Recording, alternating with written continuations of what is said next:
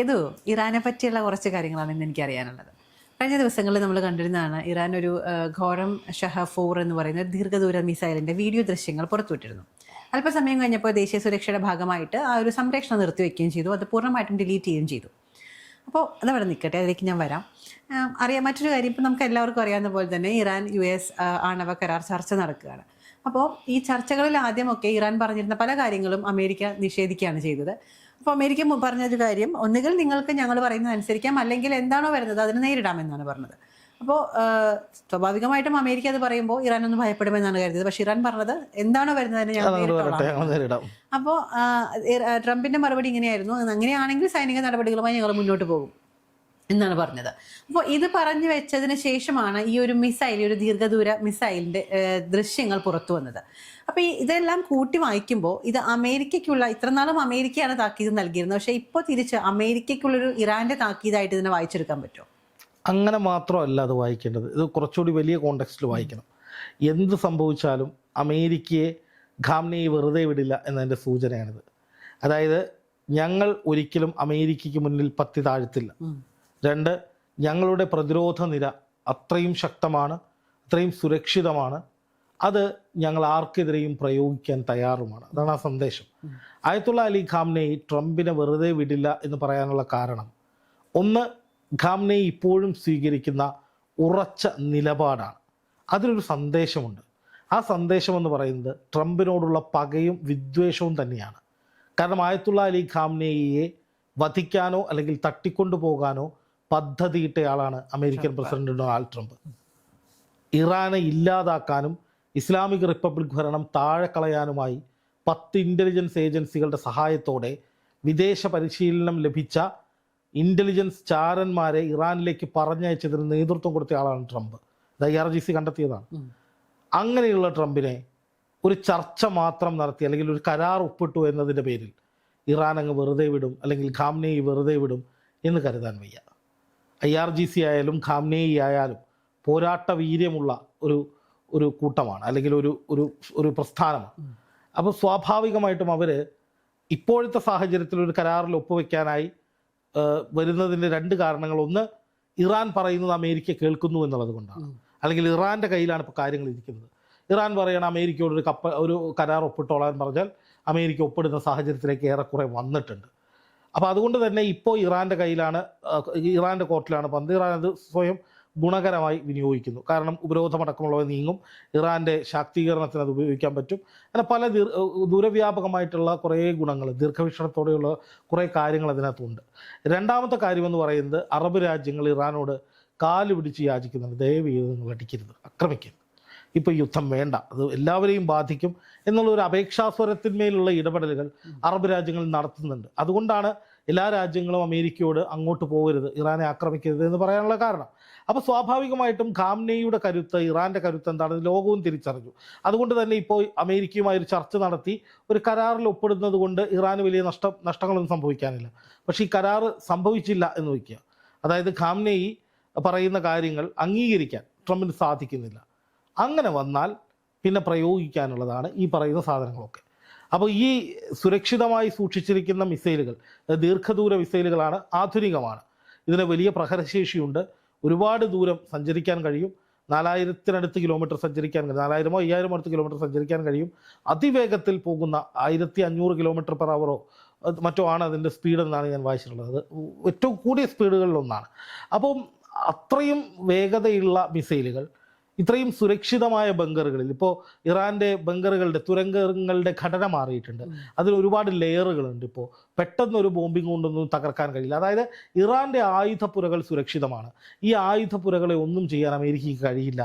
ഇതിനകത്തുള്ള ആയുധങ്ങൾ മുഴുവൻ അത്യാധുനികമാണ് തുടങ്ങിയ സന്ദേശങ്ങളൊക്കെ നൽകുക എന്ന ഉദ്ദേശത്തോടു കൂടി ആയിരിക്കാം ഇറാൻ സ്റ്റേറ്റ് TV-യിലൂടെ ഈ ദൃശ്യങ്ങൾ കുറച്ച് നേരത്തേക്ക് സംപ്രേഷണം ചെയ്തത്. അത് സംപ്രേഷണം ചെയ്ത ഉടനെ ഇറാൻ അത് അവസാനിപ്പിച്ചു, അത് നിർത്തി. അതിൻ്റെ കാരണം തെറ്റിദ്ധരിപ്പിക്കലാകാം. അമേരിക്ക ഇറാനിലേക്ക് ഉറ്റുനോക്കിക്കൊണ്ടിരിക്കുമ്പോഴാണ് ഇത് പോകുന്നത്. എന്തുദ്ദേശിച്ചിട്ടാണ് ഇവരിത് പുറത്തുവിട്ടത്, ഇവരുടെ പിന്നിൽ എന്താണ്, അല്ലെങ്കിൽ എന്താണ് ഇതുകൊണ്ട് ഇവർ ഉദ്ദേശിക്കുന്നത്, അമേരിക്കയെ കൺഫ്യൂസ് ചെയ്യിക്കുക. അടുത്തത് ഇസ്രായേലിന് ശക്തമായ സന്ദേശം കൊടുക്കുക എന്നുള്ളതാണ്. ഇപ്പോൾ ഇസ്രായേൽ പറയുന്നത് ഇറാൻ്റെ ആഭ്യന്തര കാര്യങ്ങൾ ചർച്ച ചെയ്യണം, അതായത് ഇറാൻ്റെ പ്രതിരോധ നിരയെക്കുറിച്ച്, ബാലിസ്റ്റിക് മിസൈലുകളെക്കുറിച്ചൊക്കെ നാളെ നടക്കുന്ന യോഗത്തിൽ ചർച്ച ചെയ്യണമെന്നാണ് ഇസ്രായേൽ ആവശ്യപ്പെടുന്നത്. അത് നടക്കില്ല എന്ന നിലയിലുള്ള, അല്ലെങ്കിൽ ഞങ്ങളുടെ ആയുധങ്ങൾ, ഞങ്ങളുടെ പ്രതിരോധ മാർഗം, അത് ഞങ്ങൾ ആര് പറഞ്ഞാലും അത് തുടരും, ഞങ്ങളത് ചെയ്തുകൊണ്ടേയിരിക്കും. കാരണം ഒരു രാജ്യത്തിൻ്റെ സുരക്ഷ, അതിന് പ്രതിരോധം എന്ന് പറയുന്നത് ആ രാജ്യത്തിൻ്റെ അധികാരമാണല്ലോ, അല്ലെങ്കിൽ അവരുടെ ആവശ്യമാണല്ലോ, നിലനിൽപ്പിൻ്റെ അടിസ്ഥാനമാണല്ലോ. അപ്പോൾ സ്വാഭാവികമായിട്ടും അവർ അത് ചെയ്യുന്നത് ഞങ്ങൾ തുടരും. അമേരിക്ക എന്നല്ല, ഇസ്രായേൽ എന്നല്ല, ആര് പറഞ്ഞാലും ഞങ്ങൾ ഞങ്ങളുടെ പണി തുടരും എന്നതിൻ്റെ ഒരു തെളിവ് കൂടിയായിട്ടാണ് ഈ ദൃശ്യങ്ങൾ പുറത്തുവിടുന്നതിലൂടെ എനിക്ക് തോന്നിയിട്ടുള്ളത്. അതുപോലെ തന്നെ ഇപ്പോൾ അമേരിക്ക ഒന്ന് അയഞ്ഞു തുടങ്ങിയിട്ടുണ്ട്. അമേരിക്ക ഇപ്പോൾ എന്താണോ ഇറാൻ പറയുന്നത് അനുസരിക്കുന്ന രീതിയിലേക്കൊക്കെ ഒന്ന് വന്നു തുടങ്ങിയിട്ടുണ്ട്. ഉദാഹരണമാണ് ഇപ്പോൾ ഒമാനിലേക്ക് ഈ ഒരു ചർച്ച മാറ്റിയിരിക്കുന്നത് പോലും. അപ്പോൾ ആദ്യഘട്ടങ്ങളിലൊക്കെ നമ്മളെല്ലാവരും കണ്ടിരുന്നതാണ്, ഇറാൻ ഒറ്റയ്ക്ക് നിന്ന് പോരാടായിരുന്നു. ആരും ഒരാൾ പോലും സപ്പോർട്ട് ഉണ്ടായിരുന്നില്ല. ലോക പോലീസ് കളിക്കുന്ന അമേരിക്കയോട് ഇടയാൻ എല്ലാ രാജ്യങ്ങൾക്കും ഭയമായിരുന്നു. പക്ഷേ ഇപ്പോൾ ഇന്ത്യ, ചൈന, റഷ്യ, അതുപോലെ തന്നെ അറബ് രാജ്യങ്ങളൊക്കെ ഈ ഒരു സമയത്ത് ഇറാനിന് കൂടുതലും അനുകൂലമായിട്ടുള്ള നടപടി അല്ലെങ്കിൽ ആ ഒരു തീരുമാനങ്ങളൊക്കെ എടുക്കുമ്പോൾ ട്രംപിന് ഭയം ചെറുതൊന്നുമല്ല. ട്രംപ് ഒറ്റപ്പെടുന്ന ഒരു അവസ്ഥയിലേക്ക് മാറുന്ന കാര്യങ്ങൾ. അതിൻ്റെ ഭാഗമായിട്ടാണ് ഇന്ത്യക്ക് തീരുവ കുറയ്ക്കുന്നത് പോലും. നമ്മൾ വിചാരിക്കും ഇന്നലെ വരെ തീരുവ കൂട്ടിയിരുന്ന ആൾ പെട്ടെന്ന് വന്നിട്ട് എന്തുകൊണ്ടാണ്, പക്ഷെ അതിൻ്റെയൊക്കെ ഒരുപക്ഷെ കാരണങ്ങൾ ഇതൊക്കെ തന്നെയാവാം. അതിൻ്റെ കാരണങ്ങൾ ഒറ്റപ്പെടുന്നു എന്നുള്ളതാണ്. ഇറാൻ ശാക്തിക ചേരിയാവുന്നു, അതിൻ്റെ തലപ്പത്തേക്ക് വരുന്നു. റഷ്യയും ചൈനയും അറബ് രാജ്യങ്ങളും ഒക്കെ ഇറാനോടൊപ്പം നിൽക്കുന്നു. അത് ഇറാനോടുള്ള സ്നേഹത്തെക്കാൾ കൂടുതൽ അമേരിക്കയോടുള്ള വിദ്വേഷം കൊണ്ടാണ്. അപ്പോൾ എല്ലാവരെയും ഓടി നടന്ന് വെറുപ്പിക്കുന്ന അമേരിക്കയ്ക്ക് ഇങ്ങനെ പോയാൽ പണി കിട്ടുമെന്ന് മനസ്സിലായിട്ടാണ് അവർ ഇപ്പോൾ ഈ രീതിയിലുള്ള നയതന്ത്രപരമായ നീക്കങ്ങൾ, അതായത് ഇടഞ്ഞവരെയൊക്കെ തലോടി കൂടെ നിർത്തുന്നത്. ഇത് എത്ര ദിവസത്തേക്കുണ്ടെന്നൊന്നും അറിയില്ല. ചിലപ്പോൾ ഇറാൻ വിഷയം കഴിയുമ്പോൾ വീണ്ടും ചങ്ങായി തലതിരിഞ്ഞു വരും. അപ്പോൾ റഷ്യയിൽ നിന്ന് എണ്ണ വാങ്ങിയതിൻ്റെ പേരിൽ ഇന്ത്യയുടെ തീരുവ കൂട്ടുന്നു. അത് പറയാൻ അമേരിക്ക ആരാ? ട്രംപ് ആരാ? നമ്മളോട് റഷ്യയിൽ നിന്ന് എണ്ണ വാങ്ങരുതെന്ന് പറയുന്നു, അത് പറയാൻ അയാളാരാ? വെനസ്വേലയിൽ നിന്ന് എണ്ണ വാങ്ങണമെന്ന് പറയുന്നു, ഇറാനെ സഹായിക്കരുതെന്ന് പറയുന്നു. ഇതൊക്കെ പറയാൻ അമേരിക്ക ആരാന്നുള്ളതാണ്. ആ ചോദ്യത്തിന്മേലാണ് ഈ ലോകരാജ്യങ്ങൾ അമേരിക്കയ്ക്കെതിരെ ഒന്നിക്കുന്നത്. അങ്ങനെ ഒരു വലിയ ചേരിയാണ് ഇപ്പോൾ രൂപപ്പെട്ടുകൊണ്ടിരിക്കുന്നത് ഇറാനോടുള്ള യുദ്ധത്തിൻ്റെ പേരിൽ, അല്ലെങ്കിൽ ഇറാന് നേരെയുള്ള വെല്ലുവിളിയുടെ പേരിൽ. അപ്പോൾ സ്വാഭാവികമായിട്ടും അത് അമേരിക്ക മനസ്സിലായത് അപകടമാണ്. അപ്പോൾ എന്ത് ചെയ്തു? ആശാൻ രാവിലെ ട്രംപ് രാവിലെ ചൈനയിലേക്ക് വിളിച്ചു, ഷീ ജിങ് പിങ്ങിനെ വിളിച്ചു, കുശലമൊക്കെ അന്വേഷിച്ച് എന്തുണ്ട് വിശേഷം എന്ന രീതിയിലൊക്കെ സംസാരിച്ചു. അത് വെറുതെ അല്ല. അതിന് കാരണമെന്ന് പറഞ്ഞാൽ ചൈന ഇറാനെ സാമ്പത്തികമായി സഹായിക്കാൻ നിൽക്കുകയാണ് എന്ന് മാത്രമല്ല, കഴിഞ്ഞ ദിവസം ഐക്യരാഷ്ട്ര സംഘടനയിൽ ഇറാൻ അനുകൂലമായി നിന്നത് റഷ്യയും ചൈനയും ഇന്ത്യയുമാണ്. അപ്പോൾ സ്വാഭാവികമായിട്ടും ഒരു ശാക്തിക ചേരിയുടെ ഉദയം ഉണ്ടാകുന്നു എന്ന് മനസ്സിലാക്കിയ, അത് തങ്ങൾക്ക് ഭീഷണിയാണ് എന്ന് മനസ്സിലാക്കിയ ട്രംപ് അതിനിടയിൽ കുത്തിത്തിരിപ്പുണ്ടാക്കാൻ വരികയാണ്. അമേരിക്കയുടെ ചരിത്രം പരിശോധിച്ചാൽ നമുക്കറിയാം, എല്ലാ കാലത്തും മര്യാദക്ക് പോയിരുന്ന രാജ്യങ്ങൾക്കിടയിൽ വന്നിട്ട് അങ്ങോട്ടും ഇങ്ങോട്ടും പ്രശ്നമുണ്ടാക്കി യുദ്ധം നടത്തി ചില ഭീകരവാദ സംഘടനകളെ തന്നെ സ്പോൺസർ ചെയ്തിട്ടുള്ള അമേരിക്കയായിരുന്നു ഈ അറബ് രാജ്യങ്ങളിൽ പ്രശ്നങ്ങൾ ഉണ്ടാക്കാൻ വേണ്ടിയിട്ട്. ISISയുടെ പോലും പിന്നിൽ അമേരിക്കയാണെന്ന് പറഞ്ഞു കേട്ടിട്ടുണ്ട്. ഇറാഖ്, കുവൈറ്റ് യുദ്ധത്തിന് പിന്നിൽ അമേരിക്കയായിരുന്നു. അഫ്ഗാൻ അധിനിവേശവും സദ്ദാം ഹുസൈൻ്റെ വധവും അടക്കമുള്ള വിഷയങ്ങൾക്കൊക്കെ പിന്നിൽ അമേരിക്ക അറബ് രാജ്യങ്ങളിൽ ഉണ്ടാക്കിയെടുത്ത ശത്രുതയുണ്ട്. ആ ശത്രുതയിന്മേൽ നിന്നിട്ടാണ് പിന്നീട് പല പ്രശ്നങ്ങളും ഉണ്ടാവുകയും ഒരേ സമയം ഒരു വശത്ത് യുദ്ധം ചെയ്യുന്നവൻ്റെ കൂടെയും മറുവശത്ത് മറ്റൊരു വിഭാഗത്തിനോട് സമാധാനം സംസാരിക്കുകയും ചെയ്യുന്നത് അമേരിക്കയാണ്. നമ്മൾ ഹമാസ് യുദ്ധത്തിൻ്റെ വിഷയത്തിൽ കണ്ടതാണ്. ഗസയിലേക്ക് യുദ്ധം ചെയ്യാനുള്ള സർവ്വ സാമഗ്രികളും അമേരിക്ക ഇസ്രായേലിന് കൊടുക്കുന്നു, ഉപദേശം കൊടുക്കുന്നു, പണം കൊടുക്കുന്നു.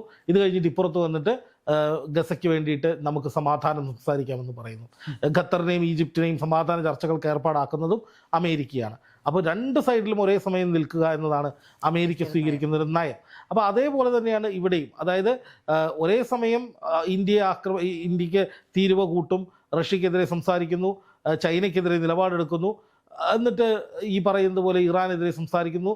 അതേ സമയം തന്നെ ഇപ്പുറത്ത് വന്നിട്ട് ഇവരുമായി ചങ്ങാത്തം ഉണ്ടാക്കാൻ ശ്രമിക്കുന്നു. അറബ് രാജ്യങ്ങൾ അമേരിക്കയ്ക്കൊപ്പമായിരുന്നു. പക്ഷേ ഈ യുദ്ധത്തിൻ്റെ വിഷയം വന്നപ്പോൾ അവർ കട്ടുംപിടുത്തം നടത്തി. ഒരു കാരണവശാലും ഇറാനിലേക്ക് ഞങ്ങളുടെ ഭൂമിയിൽ നിന്ന്, അല്ലെങ്കിൽ ഞങ്ങളുടെ ഏരിയയിൽ വന്നിട്ട്, കോസ്റ്റിലായിക്കൊള്ളട്ടെ, നാവികസേനയുടെ ഭാഗമായിക്കൊള്ളട്ടെ, കരയിലായിക്കോട്ടെ, എവിടെ വന്നിട്ടായാലും ഞങ്ങൾക്കുള്ളിൽ വന്നിട്ട് നിങ്ങൾ ആക്രമിക്കില്ല എന്ന് പറഞ്ഞതോടുകൂടി അമേരിക്ക വലിയ പ്രതിസന്ധിയിലേക്ക് പോയി. ആരുമില്ല കൂടെ. യൂറോപ്യൻ യൂണിയൻ വെറുതെ കിടന്നിട്ട് പിന്തുണയ്ക്കും എന്ന് പറയുന്നത് അവരെ കൊണ്ടൊന്നും ചെയ്യാൻ കഴിയില്ല. സൈനികമായിട്ട് യൂറോപ്യൻ യൂണിയൻ അത്ര വലിയ ശക്തിയൊന്നുമല്ല. പിന്നെ ഇസ്രായേലിലാണെങ്കിൽ തൊട്ടപ്പുറത്ത് കിടക്കുന്ന ഇറാനെ ആക്രമിച്ച് ഇസ്രായേലിനുള്ളിലേക്ക് പണി വാങ്ങണ്ട എന്നുള്ള നല്ല ഭയമുണ്ട്. അതുകൊണ്ടാണ് അവർ അമേരിക്ക ഇതങ്ങനെ ചെയ്തോളുമെന്ന നിലയിൽ മാറിയിരുന്നത്. പക്ഷേ അവസാനം വന്നപ്പോൾ അമേരിക്ക ഒറ്റയ്ക്കായി. ട്രംപിന് വലിയ വെല്ലുവിളിയായി, വലിയ ഭീഷണിയായി. ട്രംപിന് തൻ്റെ ഈഗോ ഹേർട്ട് ചെയ്യുന്ന വിധത്തിൽ മറ്റുള്ള എല്ലാവരും ഒന്നിച്ചു നിൽക്കുന്ന പോലെ തോന്നി. സ്വാഭാവികമായിട്ടും ട്രംപ് ഈ വിധത്തിലേക്ക് കാര്യങ്ങളെ മാറ്റി. അതാണ് ഇപ്പോൾ സംഭവിച്ചത്. എന്തായാലും ട്രംപിനെ ഖാംനെയി വെറുതെ വിടില്ല. ഈ ചർച്ച പൊളിഞ്ഞാൽ പിന്നെ നടക്കാൻ പോകുന്നത് വേറെ പലതുമായിരിക്കും. അതായത് ഖാംനെയി ട്രംപിനെ പിന്നാലെ തന്നെയുണ്ട്. അതിൻ്റെ ഭാഗമായിട്ട് തന്നെയാണ് ഈ ശക്തമായ വെല്ലുവിളികൾ നടത്തുന്നത്. ഇതുപോലുള്ള മിസൈലുകളും പ്രതിരോധ സംവിധാനങ്ങളും അറ്റാക്കിംഗ് മെത്തേഡുകളും ഒക്കെ തുറന്നു കാണിക്കുന്നത് ഖാംനെയി ട്രംപിനെ വിടില്ല. ഈ അധികം വൈകാതെ ആ കപ്പലുകൾ അവിടെ നിന്ന് പോകും. USS എബ്രഹാം ലിങ്കണും സകല ഇടപാടും തീരും. ഇതിനെയൊക്കെ ആക്രമിക്കാനുള്ള ബൃഹത് പദ്ധതി തയ്യാറാക്കി വെച്ചിട്ട് തന്നെയാണ് ഇറാൻ കളിക്കുന്നത്. അപ്പോൾ നാളത്തെ ചർച്ചയിൽ അമേരിക്ക ഇറാനെ തകർക്കുന്ന വിധത്തിൽ എന്തെങ്കിലും ഉത്തരവിടുകയോ അല്ലെങ്കിൽ വലിയ പ്രഖ്യാപനം നടത്തുകയോ അതിന് തൊട്ടു പിന്നാലെ ഇറാനിലേക്ക് യുദ്ധം നടത്താൻ നീങ്ങുകയൊക്കെ ചെയ്തു കഴിഞ്ഞാൽ ഇറാൻ ശക്തമായി തിരിച്ചടിക്കും. ആ കപ്പലുകളടക്കം ട്രംപിന് വലിയ തിരിച്ചടി ഉണ്ടാകുന്ന നീക്കങ്ങളും ഉണ്ടാവും.